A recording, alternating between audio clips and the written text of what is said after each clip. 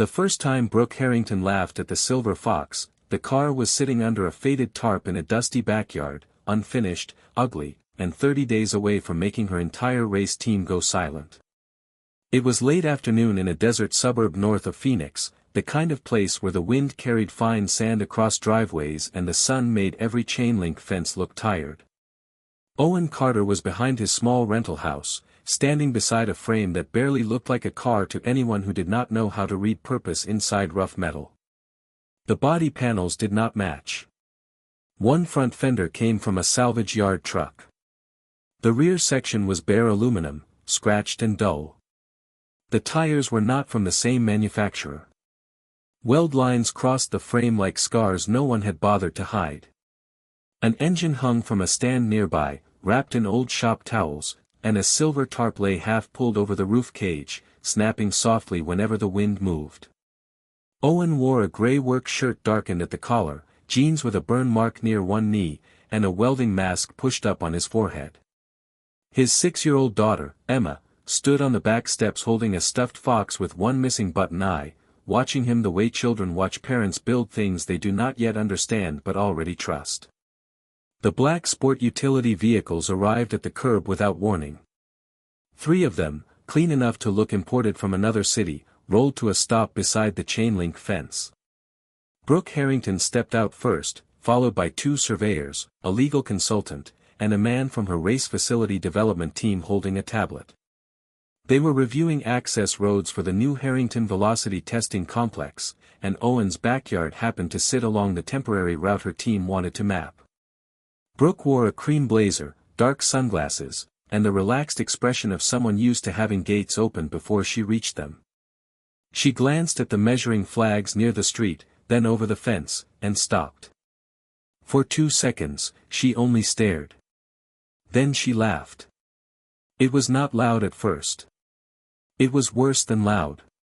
It was clean, brief, and certain, the laugh of a person who believed the evidence was too obvious to require kindness. One of her staff looked through the fence and smiled before he could stop himself. Emma's fingers tightened around the stuffed fox. Owen lowered the welding torch and turned off the gas.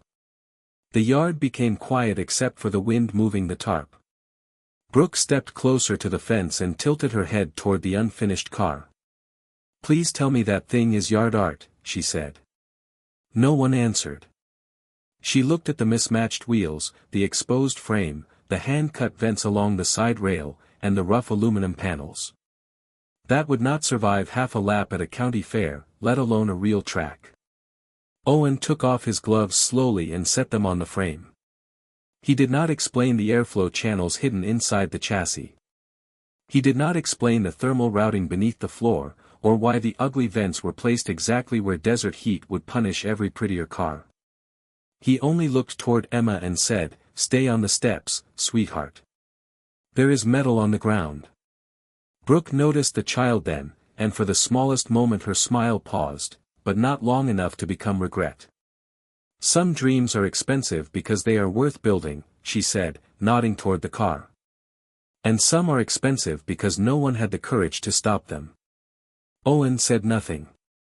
He pulled the silver tarp over the exposed cockpit and tucked it under the frame so the wind would not lift it. Emma walked down one step, still holding the fox, her eyes moving from Brooke to her father. Brooke turned back to her team, already finished with the scene, already placing Owen into the same category as every backyard dreamer who mistook scrap for engineering. Her convoy left a minute later in a clean line of dust and black paint. Owen stood by the fence until the sound faded. Then he returned to the car, lifted the tarp just enough to check the left side cooling channel, and marked one small adjustment in pencil on the frame. Brooke Harrington drove away believing she had seen junk. She had no idea the machine under that tarp was being built for the $5 million race her own company expected to win. 30 days later, the Sonoran Desert Classic started under a white sun that made the track look less like a road and more like a warning. The open-class endurance race stretched across 180 miles of desert asphalt, gravel cuts, heat shimmer, and canyon turns, with a $5 million prize waiting beyond the finish line for the car that could stay alive long enough to reach it first. At 9:20 in the morning, the starting grid was full of machines that looked expensive from every angle. Carbon fiber bodies sat low against the ground. Sponsor logos covered doors and rear wings. Crews in matching shirts leaned over laptops, checked tire temperatures, adjusted cooling maps, and spoke into headsets with the practiced urgency of people who had been paid well to believe they were prepared. Then Owen Carter rolled the Silver Fox onto the grid, and the laughter returned, softer this time, but still there. The car looked even stranger in daylight beside the million-dollar prototypes. Its aluminum panels had been cleaned but not painted. The left front fender was still a different shade than the right. The side vents looked hand-cut because they were. The rear bodywork carried small dents Owen had not wasted time removing. There was no sponsor wrap, no polished team trailer, no wall of engineers behind him. Just Owen in a plain fire suit, Reggie Mills from the local repair shop helping with the tire gauge, and Emma standing behind the barrier with her stuffed fox tucked under one arm and a small paper flag in her hand. Brooke Harrington stood in the VIP platform above pit lane, wearing dark sunglasses and a white headset, surrounded by her Harrington Velocity Motors team. Their car sat 2 rows ahead of Owen's, flawless in black and silver, shaped by wind tunnel hours and investor money. Derek Vale, her technical director, watched the grid with the confidence of a man whose car had led every practice session. Brooke looked down at the Silver Fox and gave no visible reaction at first. She had already laughed once in Owen's backyard. There was no need to repeat herself. But one of her investors leaned toward her and said something about scrap metal with a steering wheel, and Brooke allowed the corner of her mouth to lift. On the track below, Owen tightened his harness and looked at the temperature gauge. Not the speed display. Not the cars ahead. The temperature gauge. He touched the side of the dash where Emma had taped a tiny sticker of a fox before inspection, then lowered his visor. The starter lights glowed red one by one. The crowd noise thinned. Engines rose around him, sharp and expensive and restless. When the lights went out, the front row launched hard, Harrington's car cutting cleanly toward the first straight. Owen did not chase. The Silver Fox moved with a lower, rougher sound, less beautiful, less angry, almost patient. 3 cars pulled ahead before the first bend. 2 more passed him before the gravel section. In the VIP platform, someone laughed again. Emma gripped the fence with one hand, her paper flag pressed flat against the wire. Then the first long canyon turn arrived. The lead cars entered fast and corrected hard, their rear ends twitching over the heat-broken surface. Owen entered later, lower, smoother, holding a line that looked too calm to be competitive until the Silver Fox came out of the turn with no wasted movement at all. Reggie looked up from the pit wall. Derek stopped talking mid-sentence. Brooke lowered her headset slightly, just enough to hear the track without the voices around her. By the end of the first lap, Owen was still behind, but the Silver Fox had lost less time than it should have. By the end of the second, its temperature needle had barely moved. By the end of the third, the first person in the VIP platform stopped smiling. Before the desert heat began separating the beautiful cars from the honest ones, Owen Carter had been the kind of engineer companies remember only after they lose the thing he understood. He was 32 years old, though the last few years had put a quieter age into his eyes. Long before the Silver Fox sat on the Sonoran grid, he had worked inside Harrington Velocity Motors as a thermal systems engineer, one of the people who thought about endurance racing after everyone else had finished admiring horsepower. Owen did not talk much in meetings. He did not decorate his ideas with confidence for people who needed confidence more than accuracy. He studied heat, airflow, vibration, weight transfer, and the small failures that arrived quietly before a machine gave up. To him, speed was not the first question in a long race. Survival was.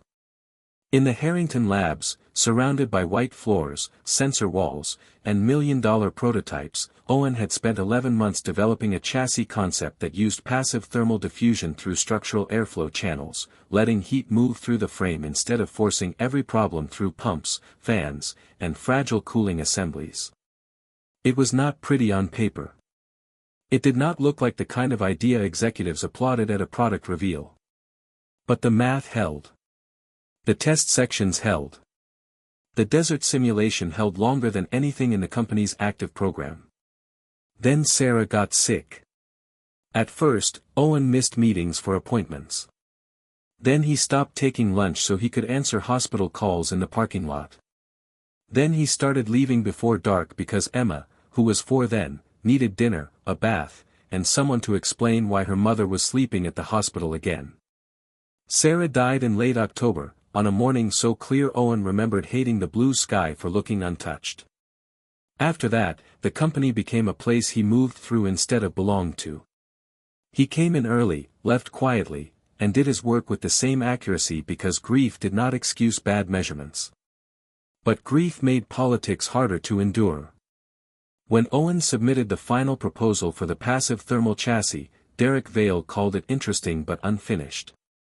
Too crude for presentation. Too difficult to package.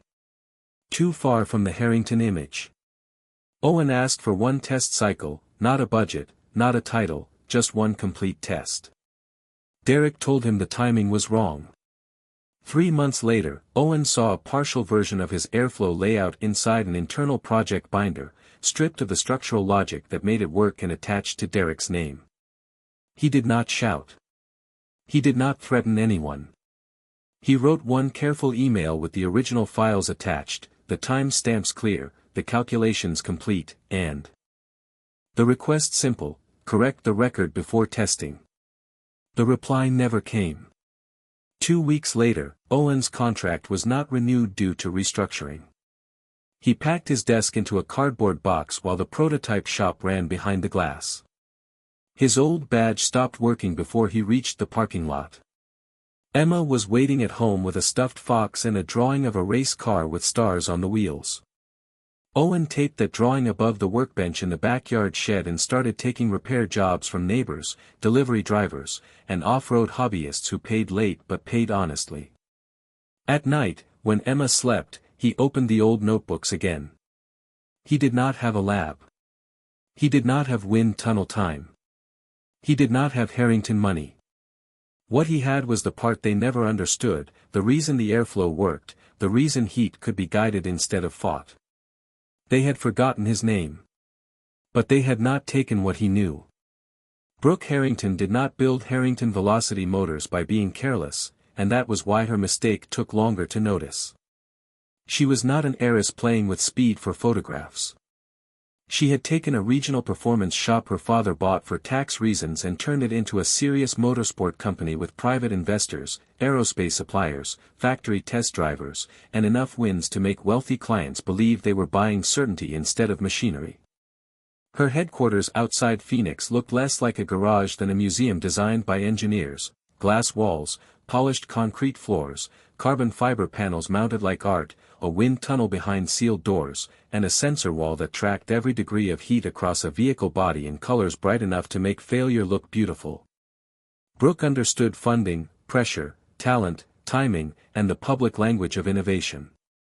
She knew how to stand beside a $1 million race car under presentation lights and make investors feel that the future had been organized for them. What she did not understand was work before it looked finished. Her company trusted perfect machines because perfect machines were easier to sell. Every prototype arrived wrapped in process, renderings, simulations, sponsor decks, matching team uniforms, controlled test days, press photographs, and polished bodywork that told the room money had already approved the idea. Engineers could argue inside the lab, but by the time Brooke saw a car on the floor, it had to look inevitable. That rule had saved her from embarrassment more than once. It had also trained her to miss anything that did not arrive wearing the right skin. When Derek Vail dismissed Owen Carter's passive thermal chassis years earlier, Brooke had not read the full proposal. She had seen the summary, the risk notes, the cost objections, and Derek's recommendation to delay. She trusted Derek because he gave answers in the shape executives could use. Clean. Confident. Short. Owen's work had been the opposite. Dense notes, hand sketches, ugly test sections, airflow channels cut through structural members, and a theory that sounded too simple until a person did the math. Brooke did not reject Owen directly. She did something worse. She let the system reject him while she kept moving. To her, the company was a machine, and machines required parts that fit. Owen, grieving, quiet, leaving early for his daughter, asking for one more test cycle when budgets were already tight, looked like a part that had stopped fitting. So when she saw him years later behind a chain-link fence, standing beside a backyard car with mismatched panels and exposed welds, her mind completed the story before her eyes finished gathering evidence. Former employee. Unfinished project. Personal delusion. She did not see a thermal engineer rebuilding a buried idea from first principles. She saw a man who had failed to leave the past cleanly. That was Brooke's blind spot. She could identify speed in a wind tunnel, read investor fear in a conference room, and predict a sponsor's hesitation before the first question was asked. But she had never learned to kneel beside rough metal, trace a hand-cut vent, and ask why it had been placed there. She believed innovation announced itself through polish. Owen believed it survived through function. Somewhere between those two beliefs, under desert dust and a silver tarp, the race had already started long before the green light ever came on. The design Brooke never read completely had begun on a night when Owen Carter could not sleep and the desert wind would not stop pushing dust against the garage door. At Harrington Velocity Motors, the official problem had been simple to describe and expensive to solve. Endurance cars were fast, but the longer the race ran, the more heat turned confidence into compromise. Pumps failed. Fans drew power. Ducts clogged with grit. Cooling systems worked beautifully in controlled testing and then became fragile when the desert started asking its own questions. Owen had spent months studying the pattern no one liked to discuss in meetings. The cars were not losing because they lacked speed. They were losing because they had to keep begging permission from their own temperature gauges. His solution was not glamorous. It did not require a new sponsor announcement or a sculpted carbon shell. It used the chassis itself as part of the cooling system, drawing air through shaped structural channels, spreading heat across surfaces designed to release it gradually, and reducing dependence on forced pump cooling during the punishing middle hours of a race. Owen called it passive thermal diffusion because engineers were expected to name things as if plain truth needed a suit. In his notebook, beside the first sketch, he had written something simpler: let the car breathe. The prototype sections he built were ugly. Welds exposed. Aluminum unfinished. Vents cut where the math required them, not where a designer would have placed them for photographs. But the numbers held. In one controlled heat cycle, the test section stayed stable 17% longer than the active cooling layout Derek Vale's team had been defending for 6 months. Owen brought the results to the conference room on a Tuesday morning with a blue folder, 3 printed diagrams, and the tired concentration of a man who had been at the hospital until after midnight with Sarah. Derek looked through the first page, then the second, and smiled without warmth. "This is interesting," he said, which in that room meant it was already being buried. He called the design too rough, too difficult to package, too far from the Harrington visual identity. Owen asked for a full test cycle. Derek said the timing was wrong. Around the table, no one wanted to attach themselves to an idea that did not look expensive yet. The blue folder went back into Owen's hands heavier than before. Months later, after Sarah's funeral, after Owen had learned how quiet a house could become once a child finally fell asleep, he saw the shape of his own idea inside an internal development binder. The channels were there, but wrong. The vents were copied, but not understood. The flow path was broken in 2 places because someone had traced the drawing without knowing why the line turned. Derek's name was on the cover. Owen stood in the hallway outside the prototype shop and read the page twice. He did not storm into an office. He did not make a scene. He went home, made Emma macaroni and cheese, helped her tape a fox drawing above the backyard workbench, then opened his old laptop after she fell asleep. He wrote one email. Calm. Clear. Complete. He attached the original time-stamped files, the test data, and the correction notes. He asked for the record to be fixed before the system was tested under race conditions. No reply came. 2 weeks later, Human Resources used the word restructuring. Derek did not attend the meeting. Brooke did not know the full story because no one made it convenient for her to know, and convenience was one of the quiet ways powerful people stayed innocent. Owen carried one cardboard box to his truck. Inside it were his notebooks, his badge, a framed photo of Sarah holding Emma at a company picnic, and the blue folder they had sent back to him. That night, in the backyard, he set the folder on the workbench beneath a porch light and looked at the unfinished frame he had been building from scrap tubing and salvaged parts. They had copied the shape and lost the reason. Owen still had the reason. So he picked up a pencil, drew a new airflow path along the side rail, and started again. For 3 years, the car behind Owen Carter's house came together one quiet night at a time, not because he had extra hours, but because he had no other place to put the part of himself that still believed in finishing what others had dismissed. The backyard was never meant to be a workshop.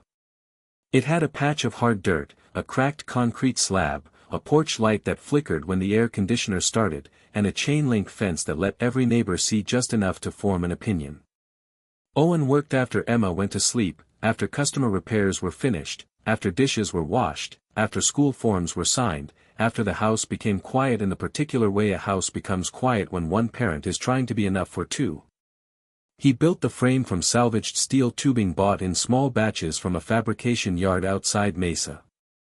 He cut the side channels by hand, measured airflow paths with cardboard templates, and marked thermal zones in pencil directly on the metal because paper blew away too easily in the desert wind. The panels came from everywhere. A truck fender from a junkyard. A sheet of aluminum from a closed sign shop. A rear section cut from a damaged kit car a man in Glendale wanted gone before his landlord saw it. Nothing matched. None of it was accidental. Every ugly seam had a reason. Every vent that made the car look unfinished carried air toward heat that would punish prettier machines later. Emma named it the Silver Fox before it ever had wheels on all 4 corners. She was 4 then, standing in pajamas on the back steps with Sarah's old blanket around her shoulders and the stuffed fox tucked under her chin. The silver tarp had blown loose in the wind and lifted over the frame like a tail. Emma had laughed for the first time that week and said it looked like her fox was hiding in the yard. Owen wrote the name on a strip of masking tape and stuck it to the workbench. He never took it down. As the months passed, Emma grew into the rhythm of the build. She colored race flags at the kitchen table while Owen calculated vent angles. She fell asleep in a lawn chair while he rebuilt the engine by hand. She learned which tools were safe to touch and which ones were only for looking. When she asked why the car did not look like the ones on television, Owen told her that some things were built to shine first and fail later, and some things were built to finish. Money came slowly. Parts came slower.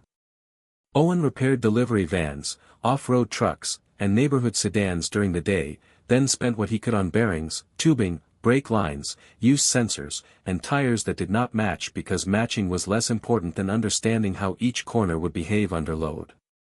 Reggie Mills, who ran a repair shop 2 miles away, started dropping by on Fridays with leftover hardware, old racing magazines, and coffee so strong it tasted like a dare. He never called the car beautiful. That was one of the reasons Owen trusted him. By the 3rd year, the Silver Fox could roll, steer, stop, breathe, and survive heat cycles in the dirt lot behind the house. It still looked like scrap from the alley. The welds were visible. The panels were raw. The cockpit was simple. The dash held only the gauges Owen trusted. But beneath the rough skin, the airflow channels worked. Heat moved through the chassis the way Owen had drawn it years earlier. The car did not fight the desert. It used the desert to carry the heat away. On the night before registration opened for the Sonoran Desert Classic, Owen stood in the yard with a cold cup of coffee in one hand and Emma asleep under a blanket on the porch swing, the stuffed fox tucked against her cheek. The silver tarp snapped once in the wind, then settled over the car. From outside the fence, it looked like junk. From underneath, where Owen had spent 3 years measuring, cutting, rebuilding, and refusing to quit, it was a promise with wheels. The first time the Silver Fox entered the Sonoran Desert Classic inspection tent, every expensive car around it seemed to become cleaner by comparison. The tent sat at the edge of pit lane under a hard morning sun, its white canvas snapping in dry wind while officials moved from vehicle to vehicle with clipboards, flashlights, and the kind of expressions that made every driver stand a little straighter. Harrington Velocity Motors had arrived with 2 transporters, a carbon fiber pit wall, engineers in matching shirts, and a car so polished that the desert dust looked embarrassed to touch it. Owen Carter arrived with an open trailer borrowed from Reggie Mills, a toolbox with one broken latch, and Emma carrying a small paper flag she had colored at the kitchen table the night before. The Silver Fox rolled down the ramp with a low metal sound, raw aluminum catching the light, mismatched panels showing every year it had taken to build. Conversations slowed. A mechanic from another team smiled into his coffee. Someone near the tire rack said it looked like a science fair project that had escaped. Owen heard it. Emma heard it too. He only touched her shoulder once and said, "Stay close to Reggie, sweetheart." The inspectors took longer with his car than any other on the row. They checked the harness mounts, the roll cage, the brake lines, the fuel cell, the suspension points, the steering column, the fire system, the battery cutoff, the seat anchor, and every weld that looked too visible to be trusted by people who confused smoothness with strength. Owen answered each question quietly. When an official asked why the side channels were open instead of covered, Owen explained airflow and heat extraction in one sentence. The man looked at him, then looked again at the car, and wrote something down. Brooke Harrington appeared halfway through the inspection with Derek Vale beside her and a VIP pass hanging from a black lanyard. She recognized Owen before Derek did. Her eyes moved from his face to the Silver Fox, then to Emma standing near Reggie with the paper flag held against her chest. "Owen Carter," she said. "I did not realize you were serious." Owen wiped dust from a fitting with his thumb. "I registered." Derek stepped closer, studying the raw vents along the chassis. For a second, his expression changed too quickly to name. Then he smiled. "Open class does invite creativity." Brooke ignored the tone and looked at Owen instead. "There is still time to withdraw. Public failure is harder on children than adults think."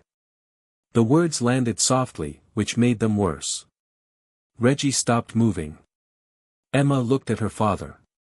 Owen did not turn the moment into a lesson. He did not tell Brooke what she had missed. He did not ask Derek why his eyes kept returning to the side rails. He only handed the inspector the final safety sheet.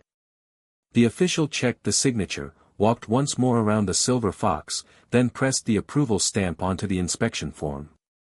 The sound was small. In the tent, it carried. One of the nearby mechanics stopped smiling. Derek looked down. Brooke said nothing for 3 seconds. Owen folded the approved form and placed it in the top drawer of his toolbox.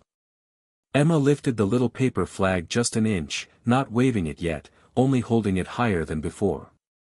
The Silver Fox had not earned their respect. Not yet. But it had earned the right to make them watch. The desert began taking the beautiful cars apart by the 43rd mile, not with drama, but with numbers. At first, the Sonoran Desert Classic looked exactly the way the sponsors expected it to look. Harrington Velocity Motors led through the first sector, its black and silver car slicing across the straight with a clean sound that made every camera turn. 2 European prototypes chased behind it, low and expensive, their active cooling systems pulling air through sculpted intakes while pit crews watched telemetry screens and spoke in clipped voices. Owen Carter stayed back, not slow enough to be dismissed, not fast enough to look dangerous. The Silver Fox moved through the heat with its rough panels trembling, its exposed vents drinking desert air, its mismatched bodywork throwing dust in strange little streams behind it. In the VIP platform, Brooke Harrington watched the timing board, then the temperature data, then the track itself. Derek Vale stood beside her with his headset on, explaining that Owen was conserving because he had no choice. Brooke did not answer. She was watching the temperature column beside the Silver Fox. It had barely changed. By mile 68, the first prototype came into pit lane early with a cooling warning. The crew moved quickly, lifting panels, checking hoses, adjusting settings, trying to make concern look routine. By mile 74, another car began losing pace through the gravel cuts, its rear tires wearing unevenly because the driver had been fighting heat and grip at the same time. Owen came through the same section with less speed on entry and more control on exit. The Silver Fox did not look graceful. It looked stubborn. That was different, and in an endurance race, different could become dangerous. Emma stood behind the barrier near Reggie Mills, her stuffed fox tucked under one arm and the paper flag folded in her hand so the wind would not tear it. Every time Owen passed, she rose onto her toes, not cheering too early, just making sure the car still sounded alive. Reggie held a stopwatch and said nothing, but after the fifth lap he looked at the numbers twice. The desert heat climbed past 102 degrees. On the track, shimmer rose from the asphalt like invisible water. The expensive cars began opening gaps they could not keep. Harrington's car still led, but the telemetry wall behind Brooke showed cooling load increasing in small steady steps. Derek tapped his screen and told the pit engineer to adjust the pump cycle. The engineer repeated the command. Brooke kept looking at Owen's line. He was not attacking corners. He was letting the car settle before each turn, feeding throttle where the chassis could carry it, avoiding the heavy corrections that punished tires and drove heat into everything. The Silver Fox's open side channels pulled air through the frame, not beautifully, not quietly, but effectively. Heat moved away from the engine bay and into surfaces designed to release it. The ugly vents Brooke had mocked were doing exactly what Owen had built them to do. By mile 110, the third car entered pit lane with a warning light. This time, no one in the VIP platform laughed. A sponsor asked why the backyard car was still running the same lap rhythm.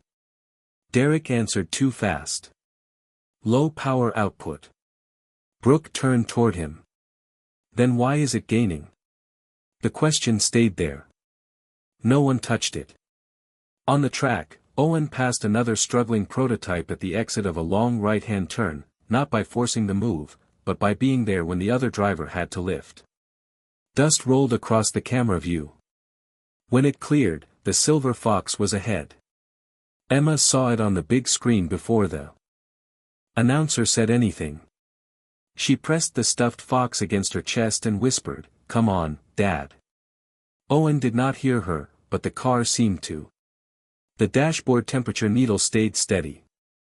The steering stayed light enough. The engine note remained rough, ordinary, alive. In Harrington's pit, Derek's voice tightened as their lead car reported rising heat near the rear assembly. Brooke lowered her headset a few inches.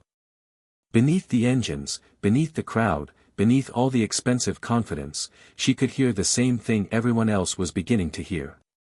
The ugliest car on the grid was not begging the desert for mercy. It was using the desert to breathe.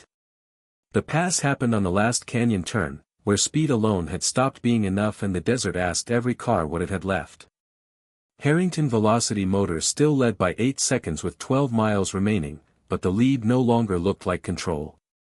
Their black and silver car entered the final sector with heat warnings blinking across the pit wall, rear assembly temperatures rising, and the driver lifting earlier through each long bend because the car could no longer hide what the desert had taken from it. Brooke Harrington stood at the telemetry station with her headset lowered around her neck, watching the airflow map on the screen as if the answer had been there for years and had only now become visible. Derek Vale stood beside her, one hand frozen near the tablet. The pattern moving across Owen Carter's car was not random. The heat was not trapped where it should have been. It was traveling through the chassis, spreading, releasing, breathing through the rough side channels Derek had once called too crude to package and Brooke had once dismissed without reading fully. On the track, Owen did not know who was finally understanding. He knew only the sound of the Silver Fox, the steady pull of the engine, the slight vibration through the steering wheel, the dust hanging low over the canyon road, and the temperature needle holding where it had held for lap after lap. Emma stood behind the barrier near Reggie Mills with the stuffed fox pressed against her chest, the paper flag crushed in her other hand. She had stopped asking how many cars were ahead. Now she only watched the big screen because everyone around her had started watching it differently.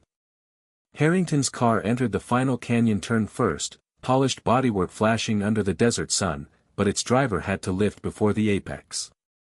The rear end twitched once over the heat-broken surface, not dangerously, only enough to show hesitation. Owen saw the gap before it fully opened. He did not force the line. He did not throw the car at the corner like a man trying to prove a point.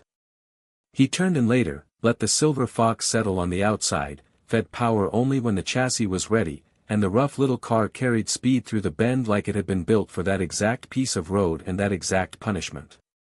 For one long second, both cars were visible on the broadcast screen, the beautiful machine ahead but fading, the ugly one behind but calm.